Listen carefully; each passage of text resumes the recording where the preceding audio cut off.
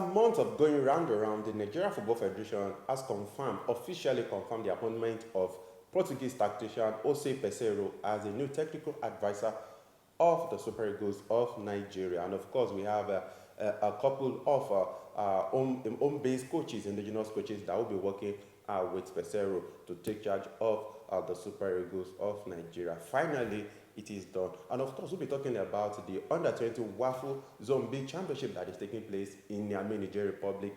Unfortunately, the Black Satellite of Ghana are out of that competition.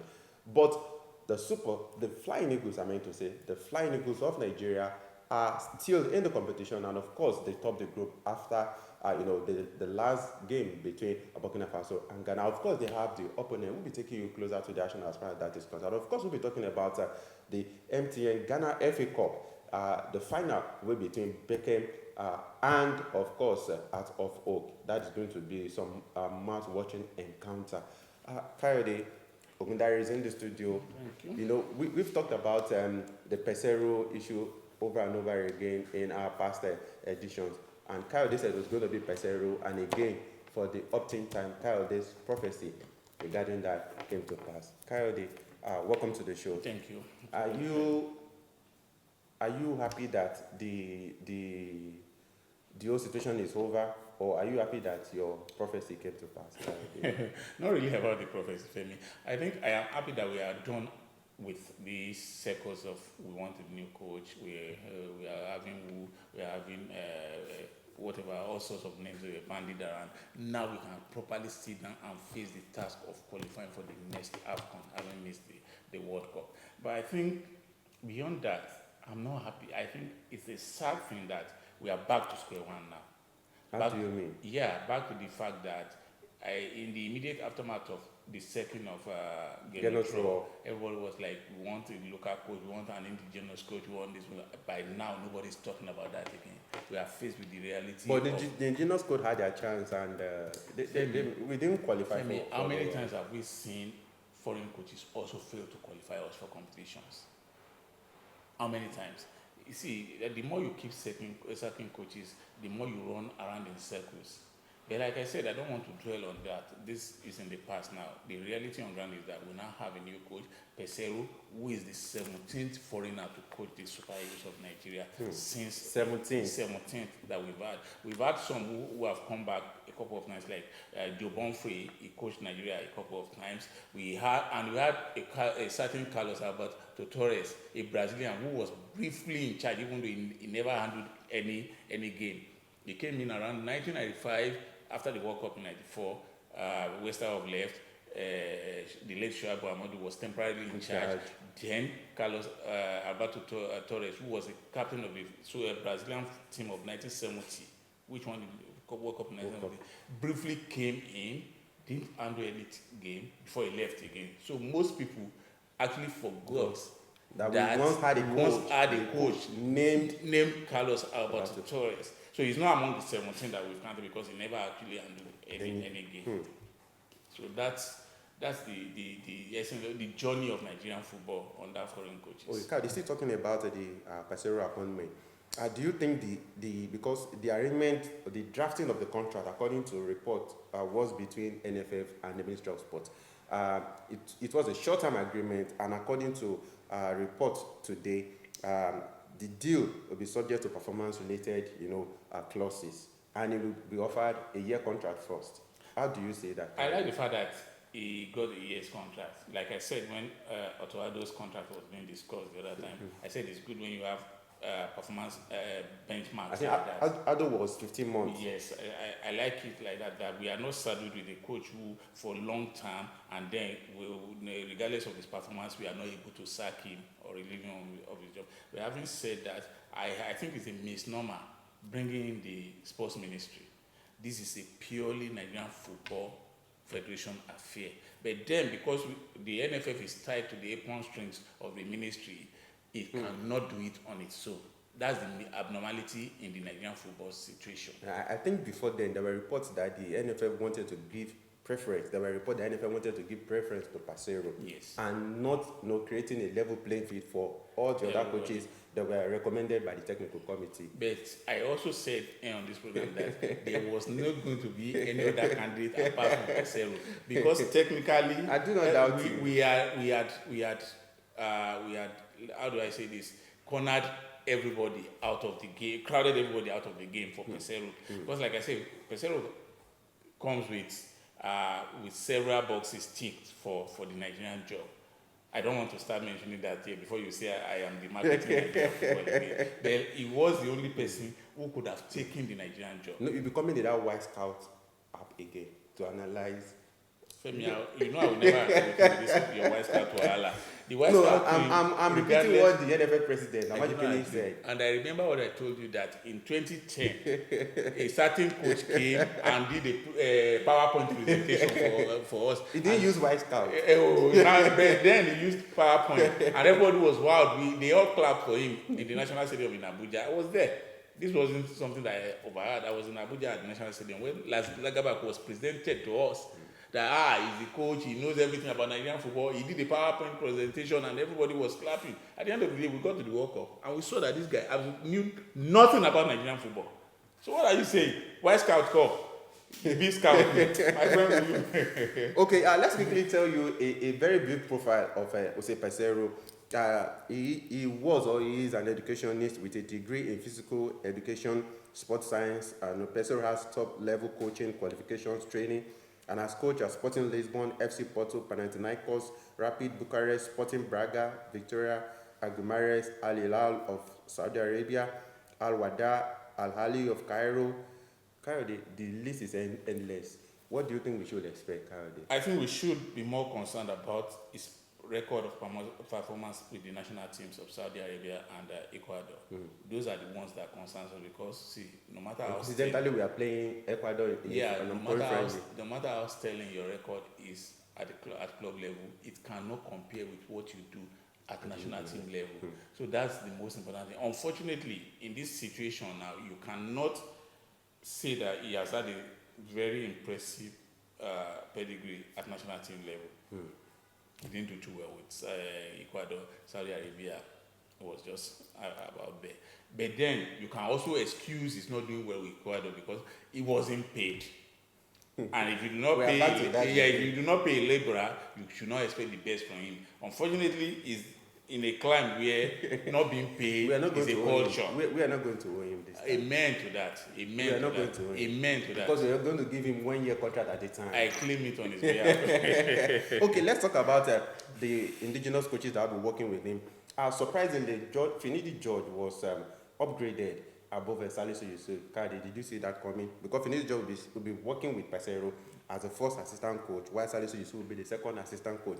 Then Aonike Shoromu as a goalkeeper trainer.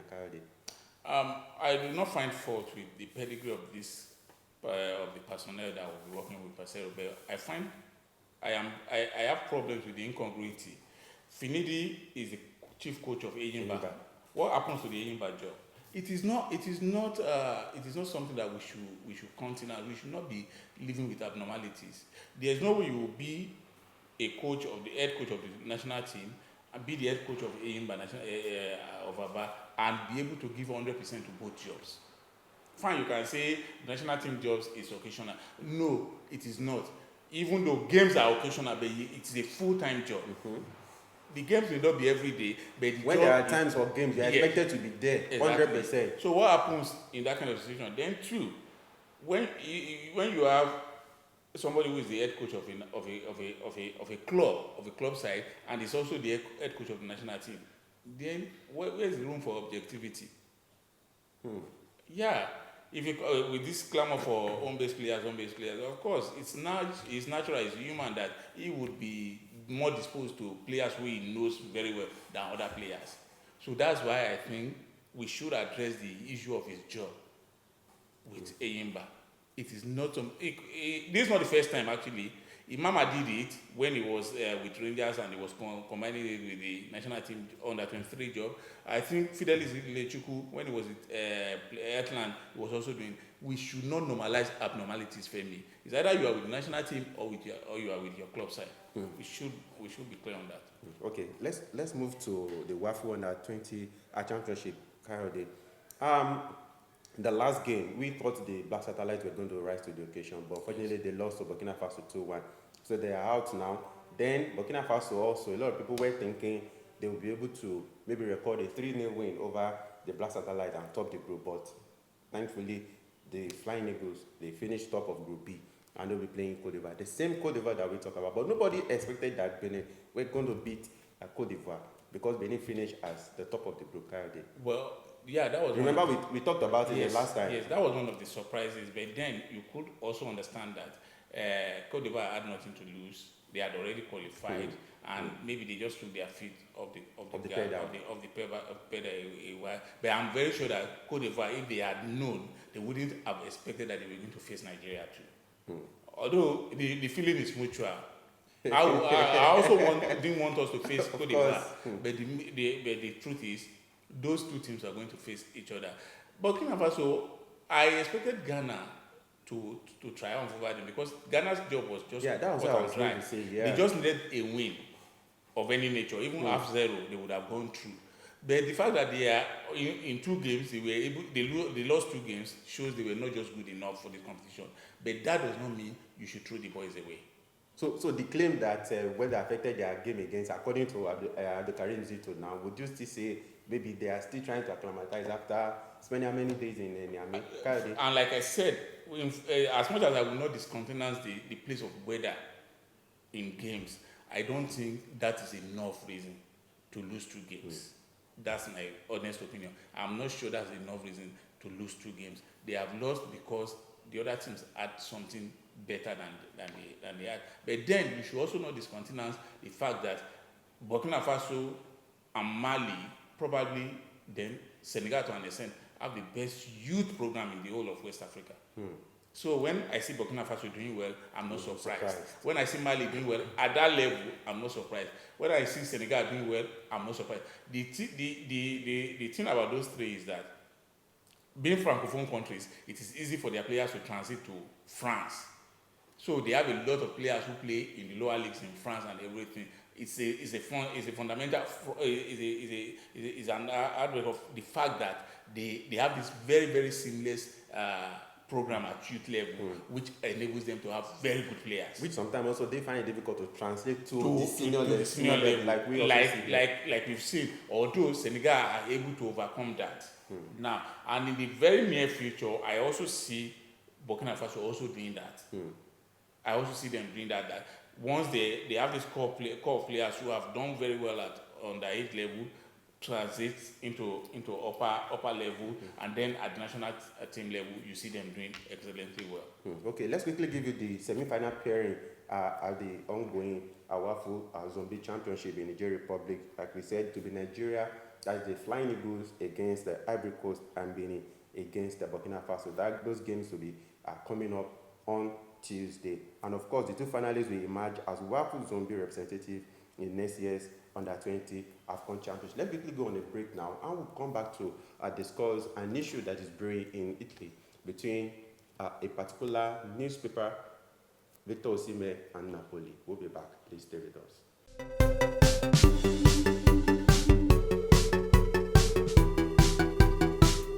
Welcome back, and it's still Nigeria Super Fans Forum. Kayode,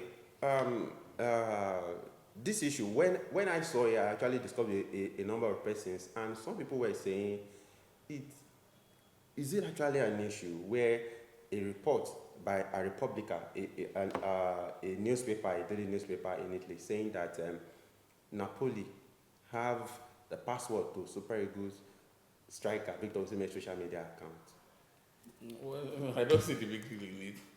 It's how do I say this? Even though you respect the bounds of privacy. That's exactly the point. Because when the report came out, Osimhen referred to it as fake news. He denied it. Then the publication now went as far as publishing that part of his contract. In fact, paragraph 8, article 2, that actually spelled out the fact that Napoli will have access to Osimhen's account. I will respond to this in two ways. The first part is given Osimhen's activities on, especially on Twitter. I think somebody should have access to his Now account. you see why it is an issue. Yes, I You see why it is an I issue think now. somebody should. In fact, the person who is in charge of that is not doing his job well. Maybe he's the one handling his own. No, Osimhen should be censored a bit more. There are some things he puts out on social media that I think shouldn't be out there. But is it about the Victor Kweba thing? Not really, not actually that alone. Don't forget he had a spat with a local Nigerian newspaper report too, previous to that. So it's not about that one alone. Then there have been instances where he has had issues with fans too, over irrelevancies that you expect a player of his caliber not to do. He's a young man. But then too, Femi, I do not see this as a big deal. I remember telling you of the story of a Nigerian footballer. Of course, that came to my mind, and I knew that when this young man moved to a new club in England, the club specifically requested for his account, the password, which we gave them. I knew because I was involved. We gave them the account. Although at that time, the people that gave out. it was discussed between myself and the player. Gave the account password to the club. Although what they said at that time was that they were trying to verify him on Twitter. So the moment they did the verification, they told him they are true. They handed off. I am that one I'm sure of. So, but this one that is written in the contract, like this new newspaper is claiming, is something I don't want to get into because I do not know that as much as it is. But I know that clubs do it. At least in the case I've just told you. But to go as far as putting it in the contract. Yes, that I'm not aware of. But I know clubs do it. And it was done in this case that I just told you because I was involved. Luckily, I've told you this before now. Yeah. So I was involved. I know that it is done.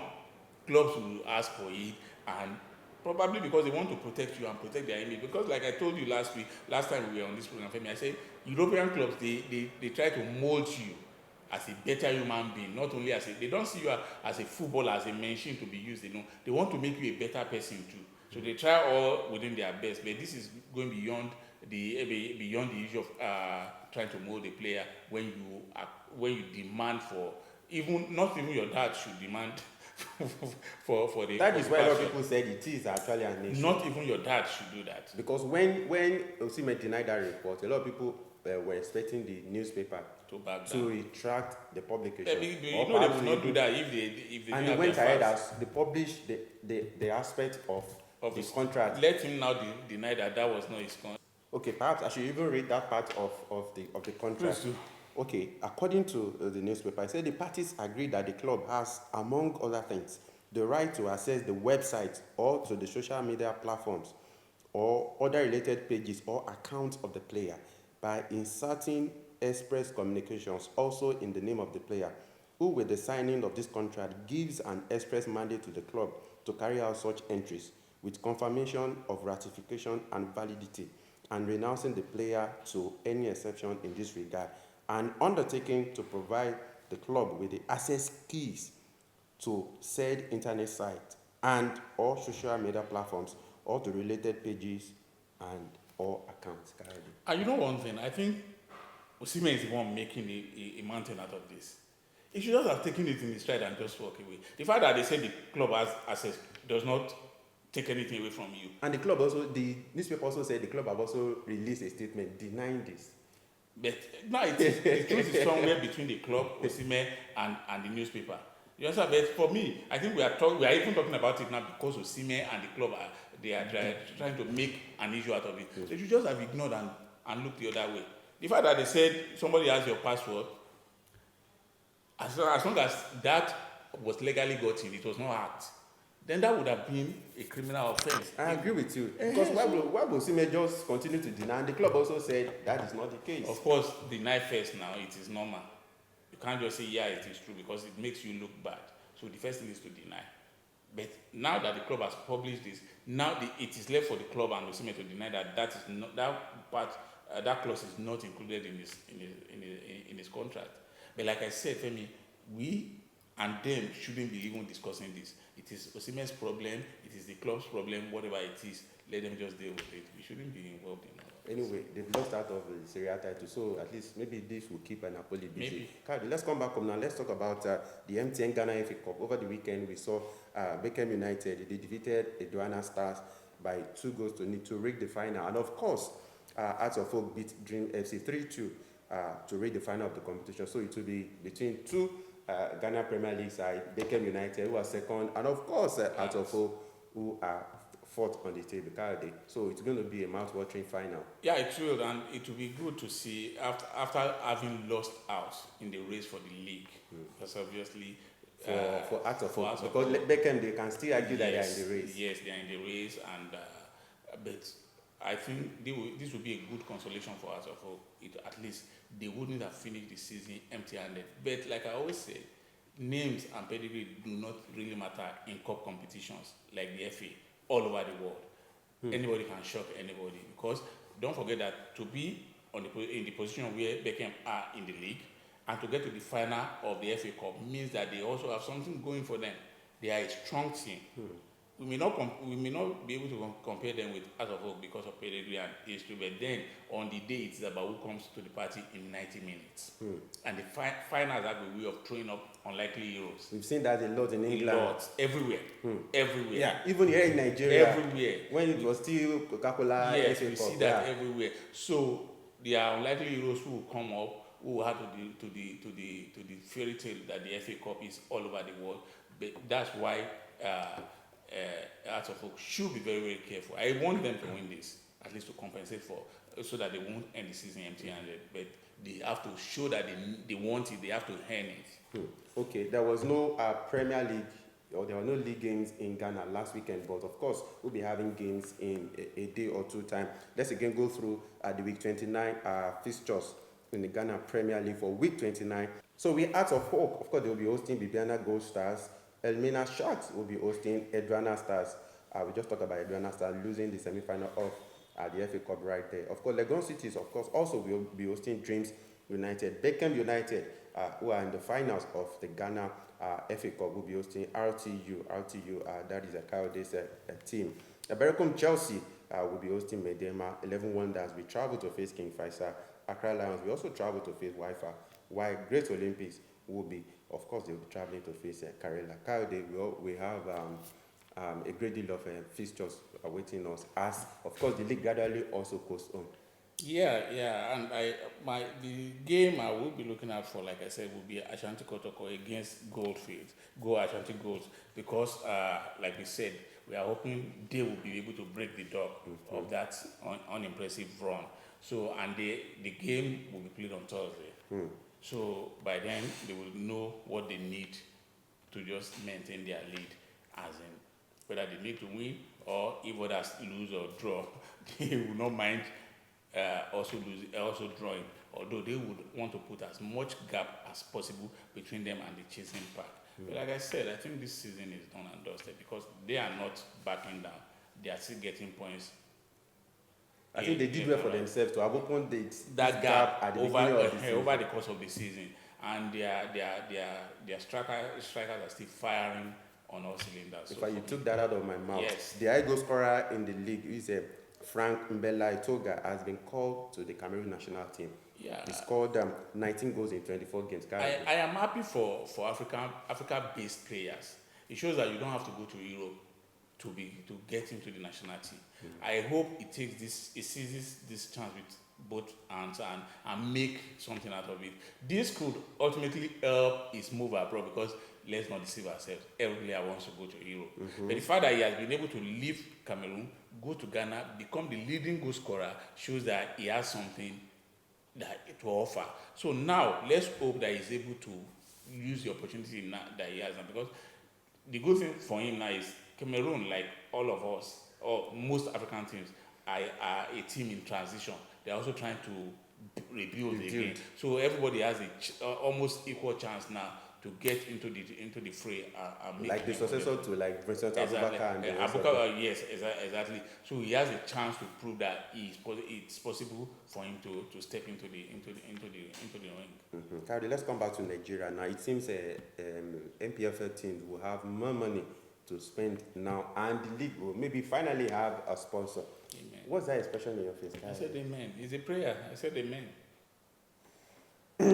Okay, so news are reaching us said that the league management company and Bitnop, a leading financial technology company, has reached an understanding for the sponsorship of the Nigeria Professional Football League. I can't remember the last time the league even has a sponsor. How much? The financial aspect is not for us to know. When you know, we'll talk about this. Okay, but let's just talk about the implication of this. There's no implication, Femi. I will tell you why I say there's no implication. There have been instances in the past. There have been instances in the past where we hear all of this. They will tell you this company is coming on board. This company is coming on board. They will be silent about the financial implication. At the end of the day, we will not hear anything. Everything will die. The last time we heard that anything was paid anybody was, I think, under Glo. When Glo were still the title sponsors, and that was like centuries ago. So me, I'm sick and tired of hearing this. How much? Let's have a breakdown. They are bringing X amount. Each club will be entitled to this amount. That's what I want to hear. We heard that the agreement has not been finalized. It will be finalized by Tuesday. Femi, they already know. They have a ballpark figure. They know. They have an idea of how much this is going to cost. They don't want people like you and I to begin to do the financial. Why not? It's not as if we have any claim. You don't have a club, I don't have a club, but we should know and be able to disseminate this information to the public. If you and I don't know, how do you expect the ordinary man on the street to know? So Femi, I do not even want to engage myself in discussing this issue. I saw the news and I decided not to even read it because I know that we have been here before. The NFF does the same thing.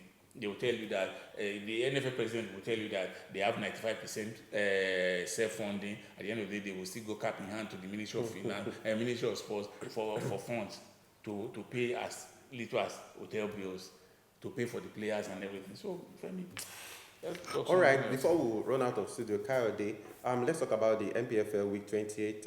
The result quickly, where Enyimba International defeated Lobby Stars 2-1 in Aba. Niger Tornadoes, of course, they pipped Gombe United 1-0 in Niger. Of course, Atland of Owerri defeated Rivers United 2-0. I didn't see that result coming. That was the biggest surprise of the week. I didn't see that coming at all. That was the biggest surprise of the week. And two struggling teams. MFM, of course, they got the better of Kano Pillars. Kano Pillars, they're still playing their games in Abuja, where they were banished to Sunshine Stars of Akure. Of course, they picked a point hosting league holders. I'm talking about Akwa United. Akwa United defeated Shooting Stars. What happened? The Stars didn't shine over the weekend. No, they did not.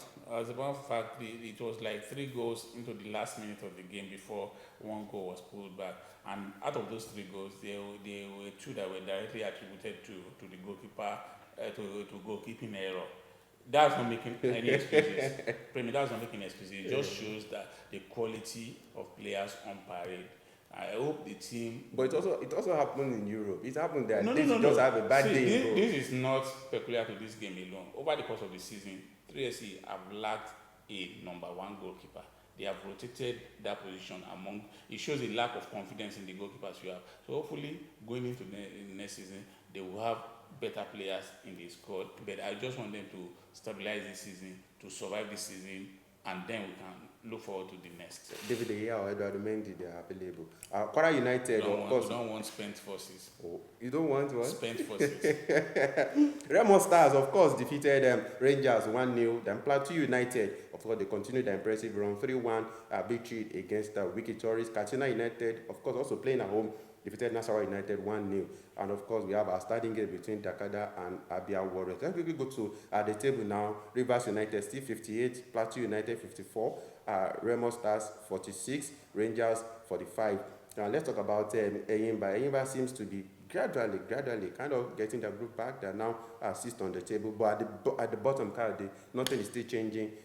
Kano Pillars, MFM, Dakada United, Dakada FC. It seems these 3 teams, they will be playing the NNL next season. Yeah, although the apart from those 3, you can still look as far as number 14th position, Abia Warriors, Katsina in 15, And Lobby Stars Lobby, in 16. they outline.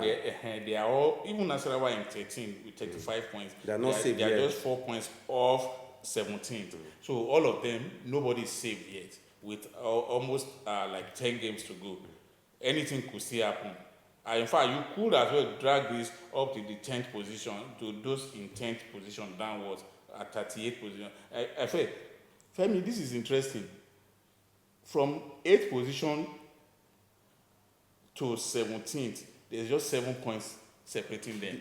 Difference. So that means Anything could still happen. could still happen. You still have 30 points to fight for. Yes, as it is now, nobody has been relegated, unofficially or officially. We saw with Newcastle this season, actually in the Premier League. So anybody can see 10 games is a massive 30 points. 30 points. So anything can still happen. So that means there's hope for MFM and Kano Pillars and Dakada too. While we refer to them as basement team, we cannot say they are relegated yet. In fact, they are not facing relegation. Everybody from 8 to 20, they are all facing relegation.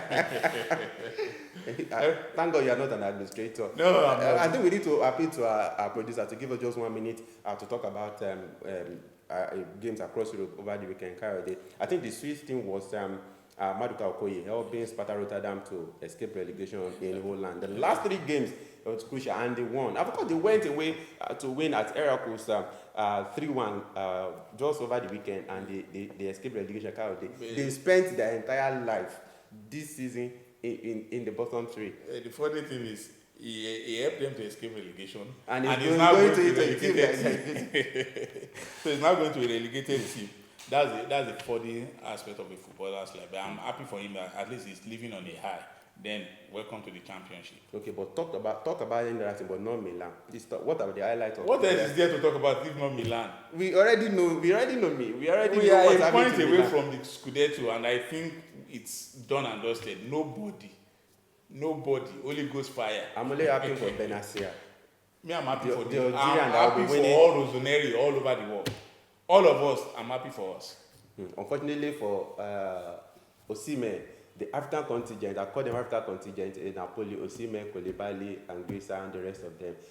Of course, they sealed their UEFA Champions League position over the weekend in the 3-0 win over Genoa. Kayode Ogundare, thanks again for coming on the show. It's always a pleasure. For your wonderful analysis and for the prophecies. Is there any prophecy for this week? None. The only prophecy is that AC Milan will win the league. I hope Peseiro will not say who will come. We are not saying anything. And for our producer for always being there for us, we say thank you. And for you, to you out there, we can't thank you enough. But please don't forget to click the like button, share our videos, and please subscribe to our channel. Until next time, I remain Oluwafemi Ashaolu. Bye for now.